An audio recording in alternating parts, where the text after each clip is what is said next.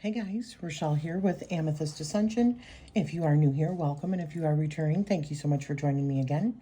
So today I'm going to be doing a walkthrough of a pretty much brand new deck that I got around the middle of April. I wanted to use it along with my decan walk.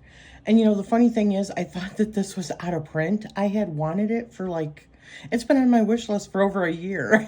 I guess I just was not maneuvering the site the right way. I thought it was sold out. So just to let you know, it is not sold out and it is still available, and I will be putting a link down below. But we are talking about the Tabula Mundi. And I have seen this so many times and I wanted it, and I looked again. I think it was probably because I seen some of those spreads that Marlena was doing using this. And I was like, oh my gosh, man, I really want it. So I went and looked again and found a different link or whatever. And they were still on sale. So I feel like a dippity-doo.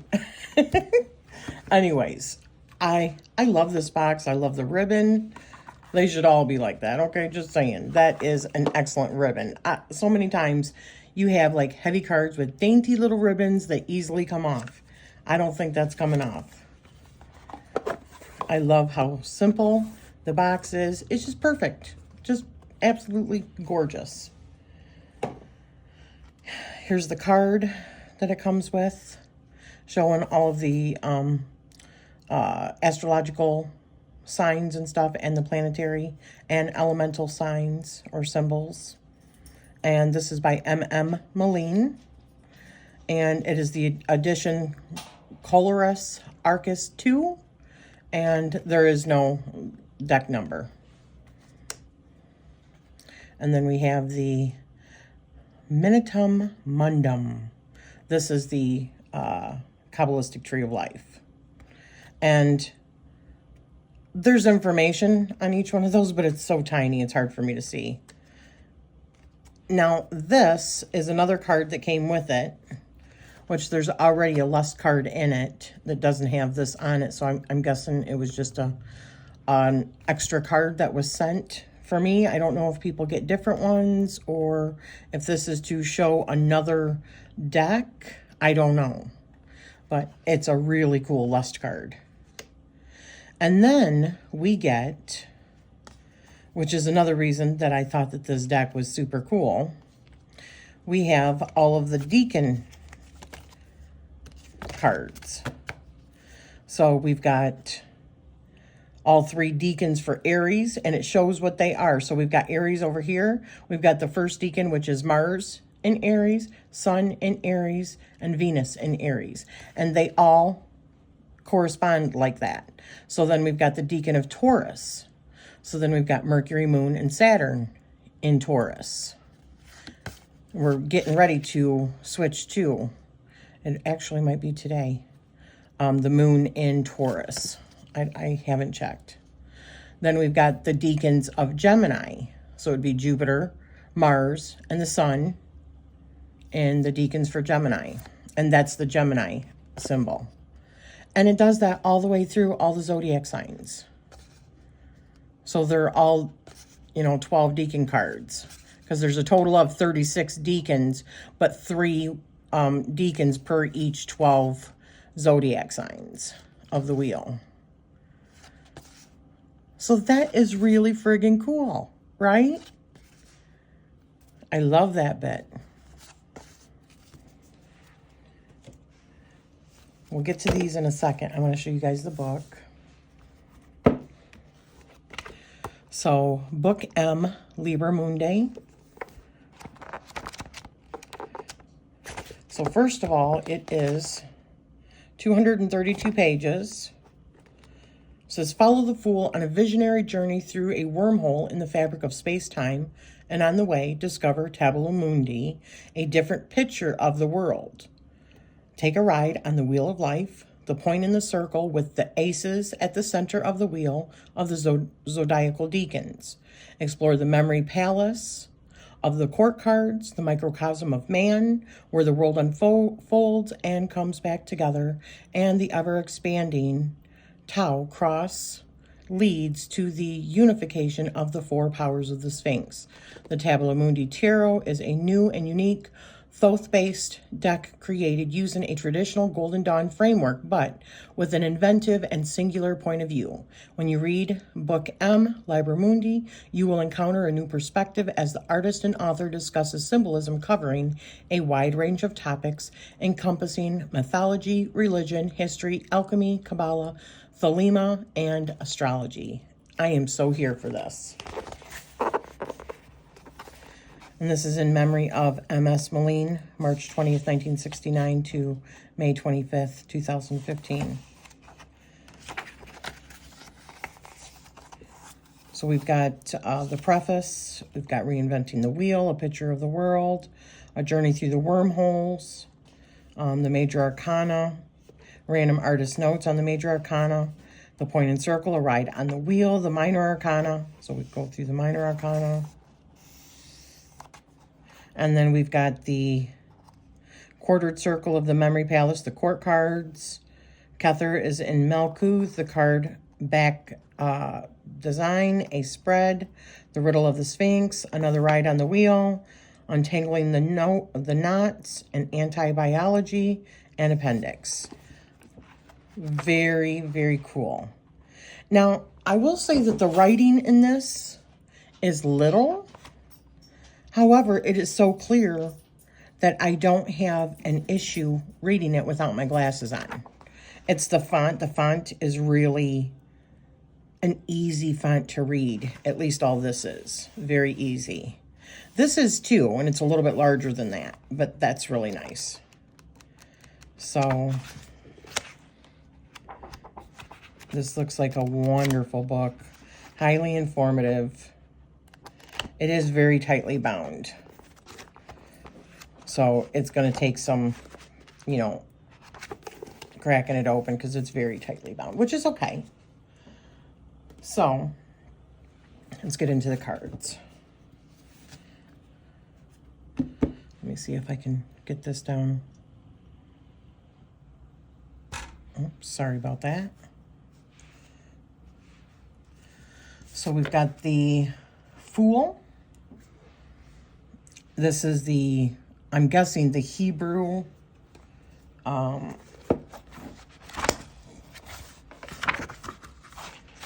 letter for the Kabbalah. Aleph, I think that one is.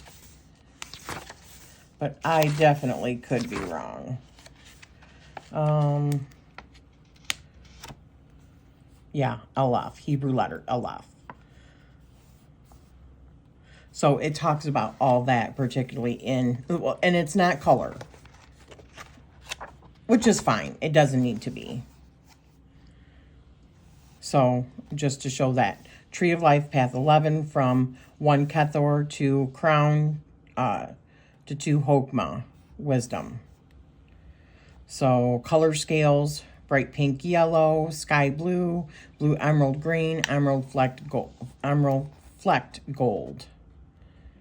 And then it also says, I am the Lord of the double wand of power, the wand of the force of Kophnia, but my left hand is empty, for I have crushed an universe and naught remains. And that's Liber L.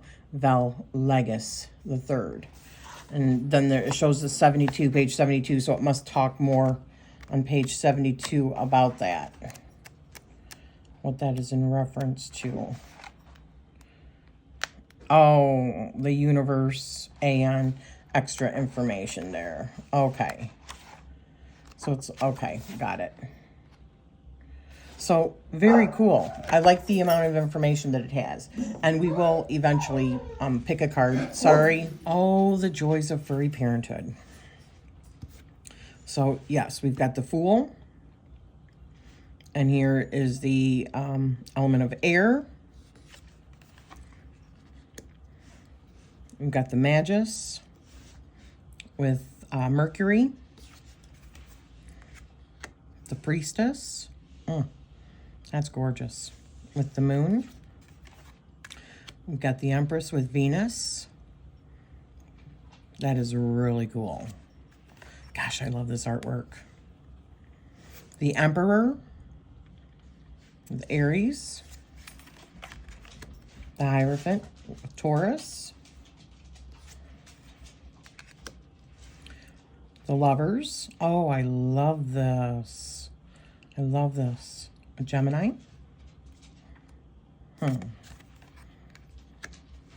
The Chariot with Cancer. Interesting, isn't it? Adjustment, Libra. This is like Thoth based,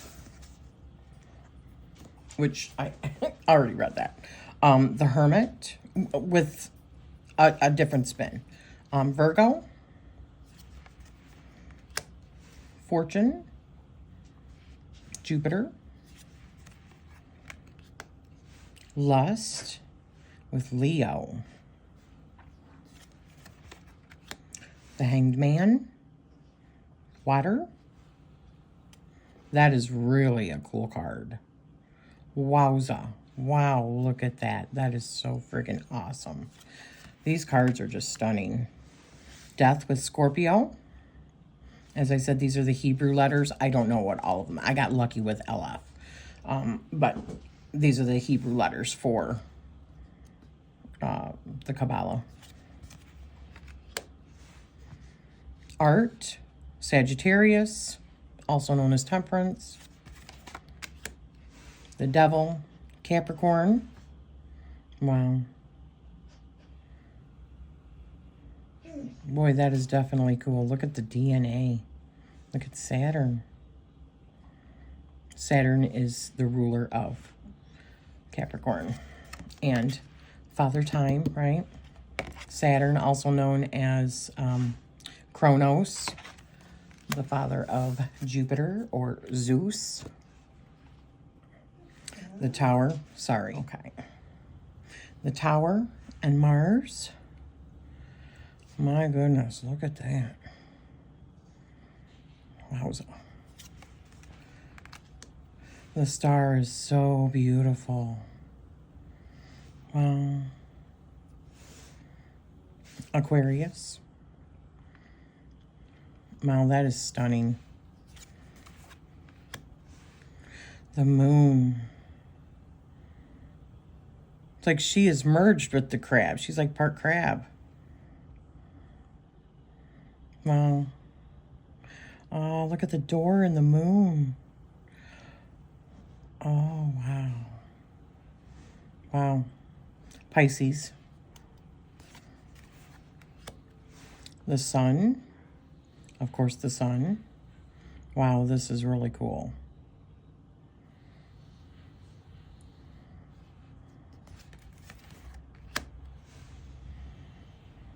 Aeon, which is Judgment.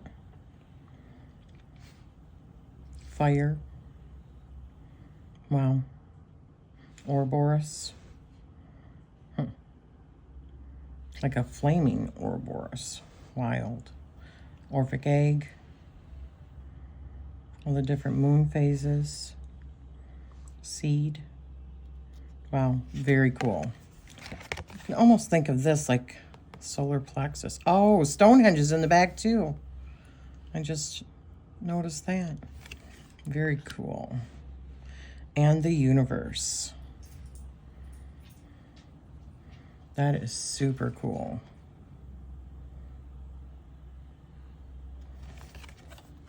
Oh, and these backs. Is that not the most excellent back ever? Abracadabra. Makes me think of the song. Abracadabra.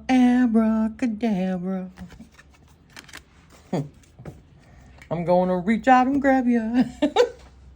All right. Ace of Wands. Root of the powers of fire.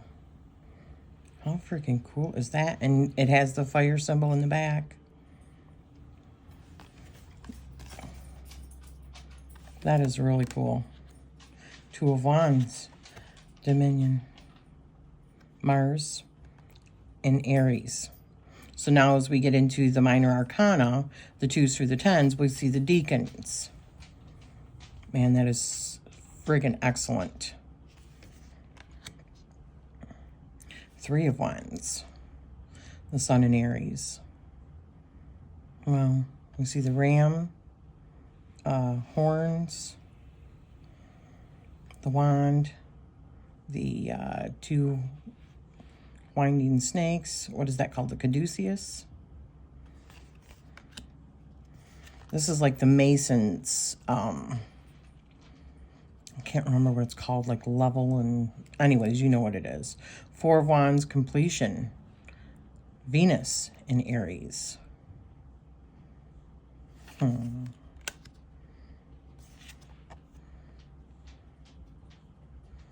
That reminds me of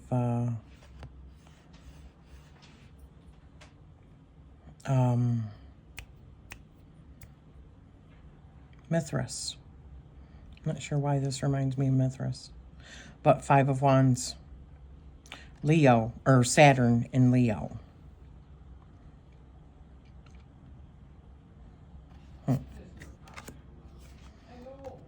Sorry if you can hear my hubby. 6 of Wands, victory. We have Jupiter in Leo. This is so cool. 7 of Wands. We have our Mars in Leo. Valor. Wow. 8 of Wands, swiftness. Oh yeah, definitely Mercury. Mercury in Sagittarius. That is really cool. 9 of Wands, strength. Yes, we have the moon in Sagittarius. 10 of Wands, oppression. We have Saturn in Sagittarius.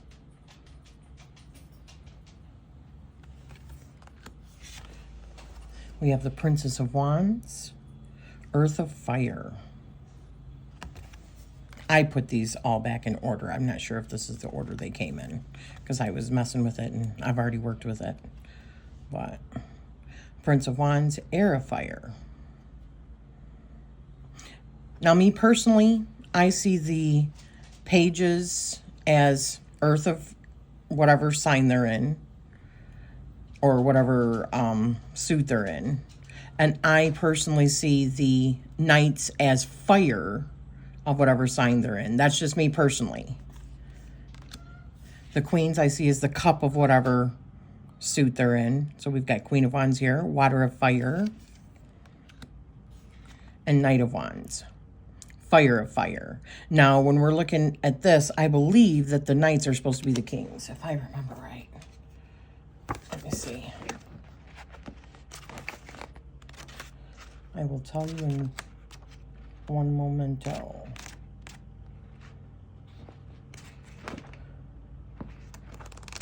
Come on, where's the...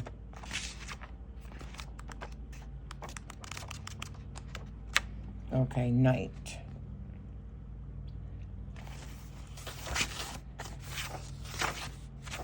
Pretty sure the knights are like the kings.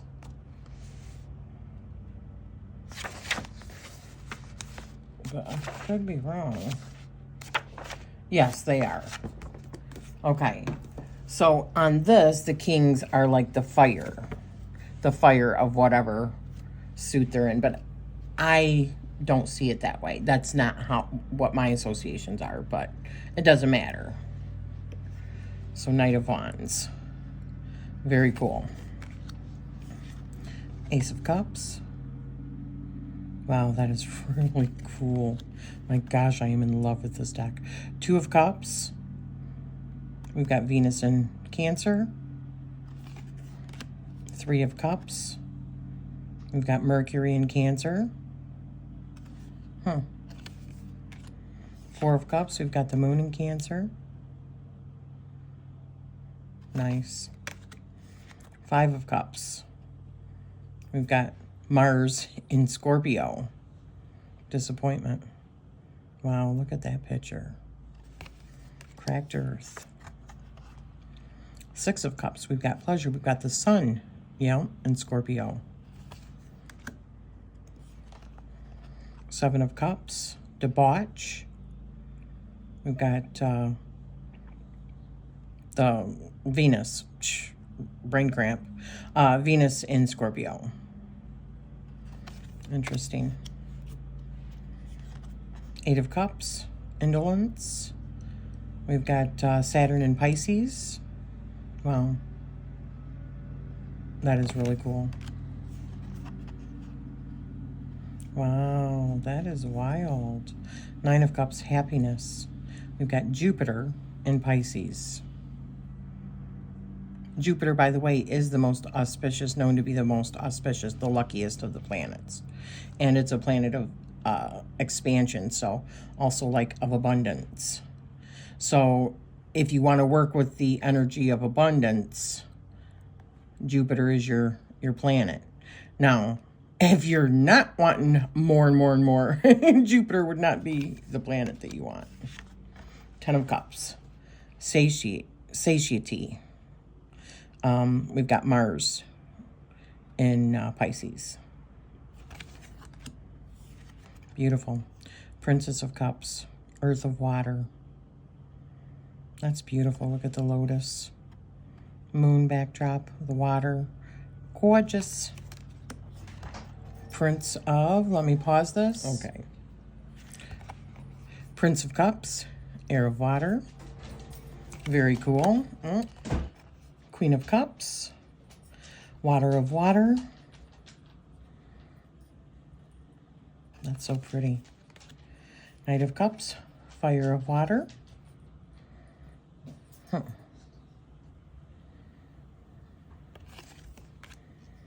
Ace of Swords, Root of the Powers of Air. That's really cool. This is a gorgeous card. Two of Swords, Peace. Interesting. Moon in Libra.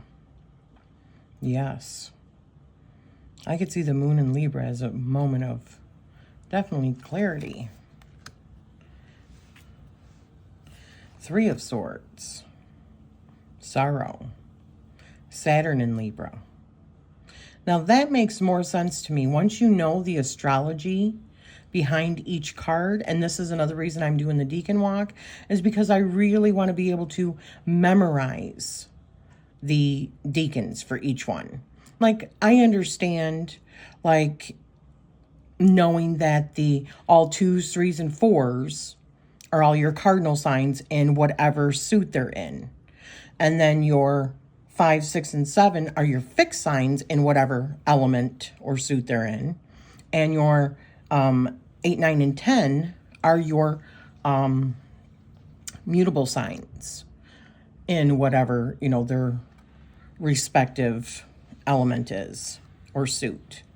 I know that bit, but I don't know what rules each decan. That's what I want to be able to memorize with this Decan Walk. Three of Swords, Sorrow. Libra, or Saturn in Libra. Yeah, restrictions.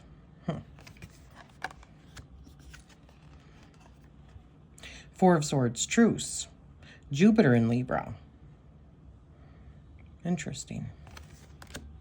Five of Swords.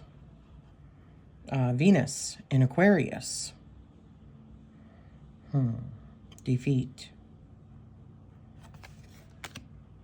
Six of Swords, Science. We have Mercury in Aquarius. Seven of Swords, Futility. We've got the Moon in Aquarius. Eight of Swords, Interference. We've got Jupiter in Gemini.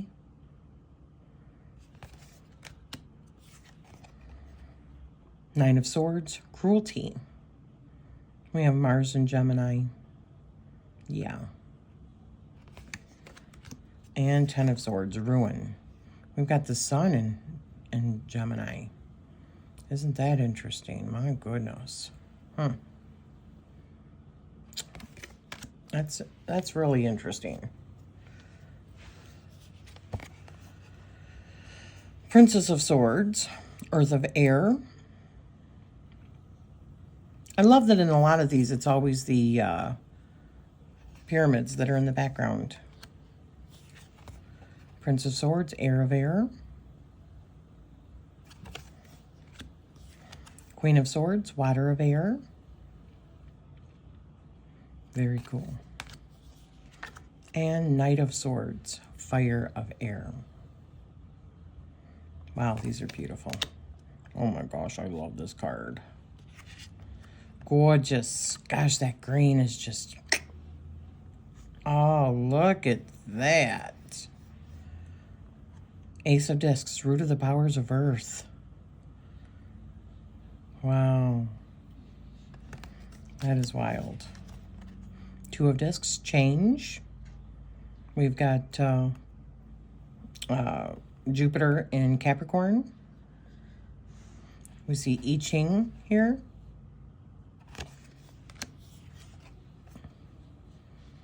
Three of Discs, Work. Mars in Capricorn. Four of Discs. That's very cool. I love this image. Power. Sun in Capricorn. Yup. Five of Discs. Worry. This is the current that we're just coming out of. Decan, which is Mercury in Taurus. And our Mercury just happens to be in retrograde.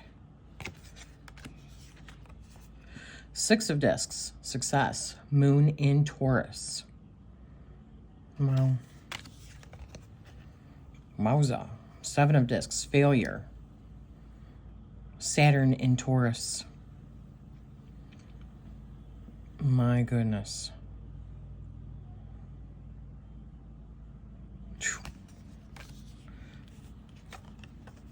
Eight of Discs. Prudence. The Sun in Virgo. Nine of Discs. Gain. We've got Mercury in Virgo, which, by the way, is its ruler. Mercury rules Virgo and Gemini. Ten of Discs. We've got, I'm sorry, that's not Mercury, that's Venus in Virgo. We've got Gain. Ten of Discs with Mercury in Virgo. We've got Wealth. Which, I mean, they both make sense. Princess of Discs. Earth of Earth. Prince of Discs. We've got Heir of Earth. I love the colors. I love the color usage of this deck. It is so friggin' awesome. Queen of Discs. Water of Earth. I put this deck, I should have brought it with me, up against my Supra Oracle by Uzi, and it looks super cool. So friggin' metaphysical, man, or so occult. It is very cool. Very esoteric looking. Knight of Discs, Fire of Earth. All right. So, we're going to shuffle it. We're going to shuffle it really good. I'm going to draw one, see how it reads out of the book, how much information you get.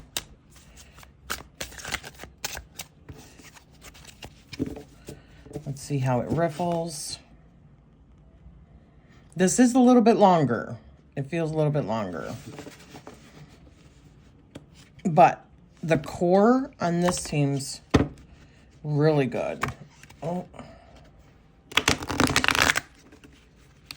I think it's because my hands are slippery. You know what? One second. All right, let's see. I put a little bit of lotion on my hands because they were like really dry. Oh my gosh. What not to do. But you know what? It didn't hurt the cards, which is cool. They seem like really good cardstock, but they're just a little bit long for me. I can shuffle them, but I'm going to have to get used to this deck because of its size. Oh, and I think I got them all mixed up. Okay, So let's just draw one.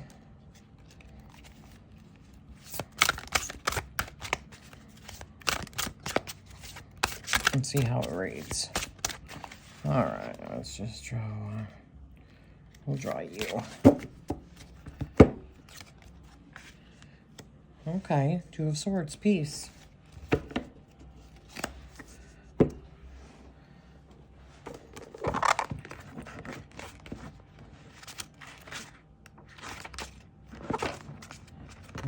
Come on.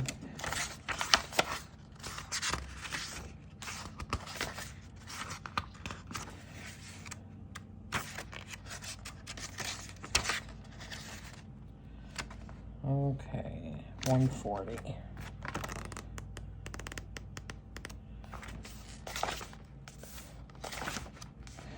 All right. Lord of Peace, peace restored. First deacon of Libra, ruled by the moon. Hokmah of Yetzirah, air, trumps is adjustment and priestess.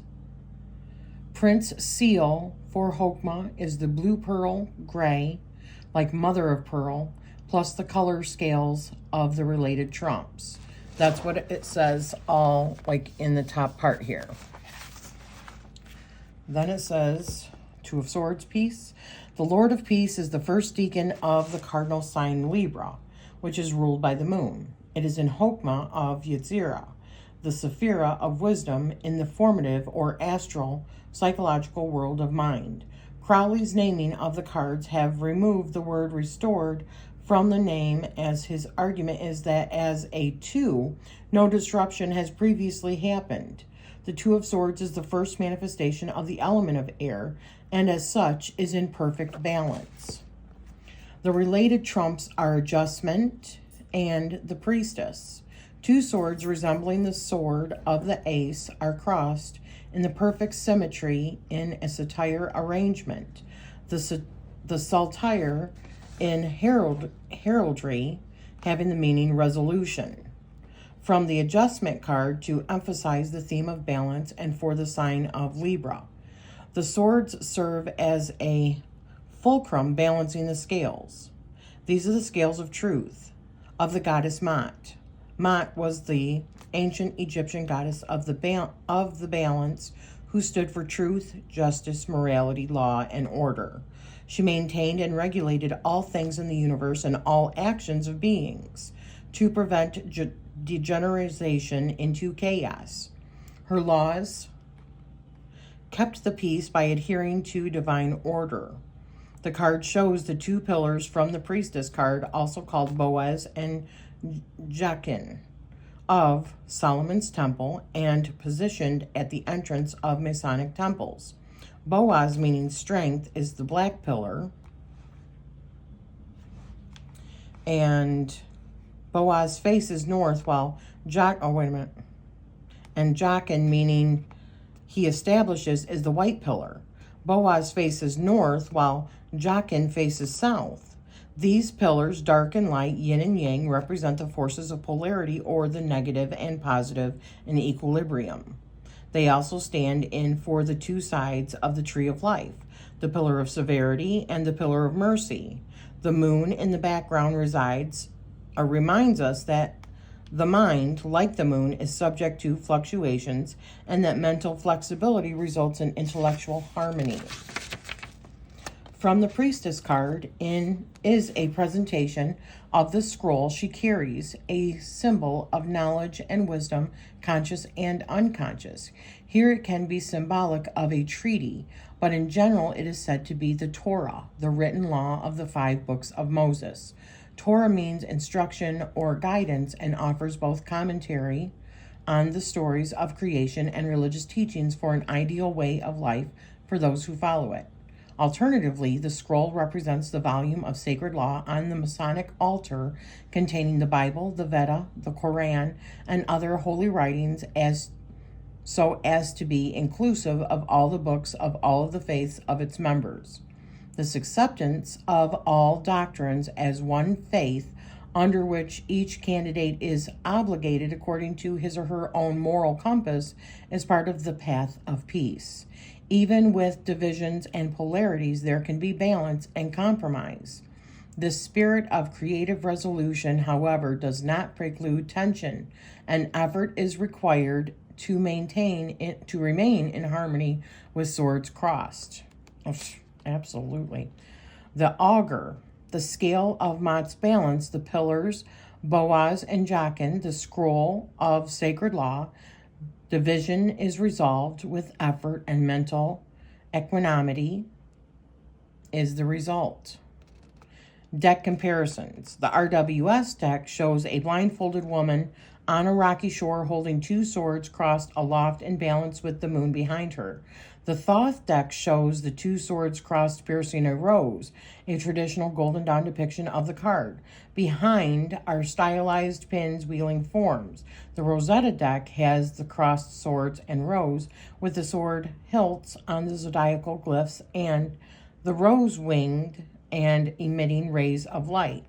In the background are bursts of light representing the dendrites and synopsis of the mind. Tabula Mundi's card has the crossed swords at the fulcrum of a scale, weighing the heart against truth, with the scroll positioned centrally between the dark and light pillars. The first decan of Libra in Hokmah of air, where the flexibility of the moon's rulership gives mental balance to the first emanation of thought. Boy, oh boy, does that make perfect sense to me. I love how much, let me zoom out a little bit for you. I love how much information there is for each card. And I like the comparisons of the other decks. Yeah. So I am just really very pleased with this purchase. I will be putting a link down below to where you can actually purchase this. I don't remember what the price is, but once you follow the link, and depending on what country that you're in and what kind of shipping and all that it would be, the price is going to be different for you than it possibly is for me.